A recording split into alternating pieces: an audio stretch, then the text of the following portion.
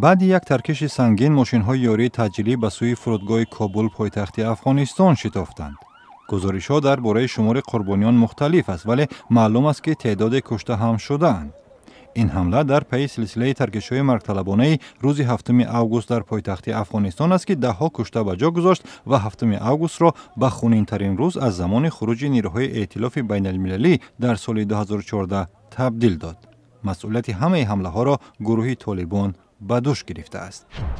در آذربایجان یک روز بعد از دفن ژورنالیست رسیم علیف که در پی در کوچه لاتوکوب شدنش درگذشت، پلیس از بازداشت چند گمانبر خبر داد. علیف 30 ساله را پیوندان و دوستان او روز 9 اوگوست به خاک سپردند. رسیم علیف قبل از مرگش گفت مورد حمله مخلصان یک فوتبالباز آذری که وی در فیسبوک تنقیدش کرده بود قرار گرفته است. این بازیگر جاوید حسینوف هر نوع دست داشتنش در حمله را رد می کند ولی باشگاهش او را از بازی منع کرده است.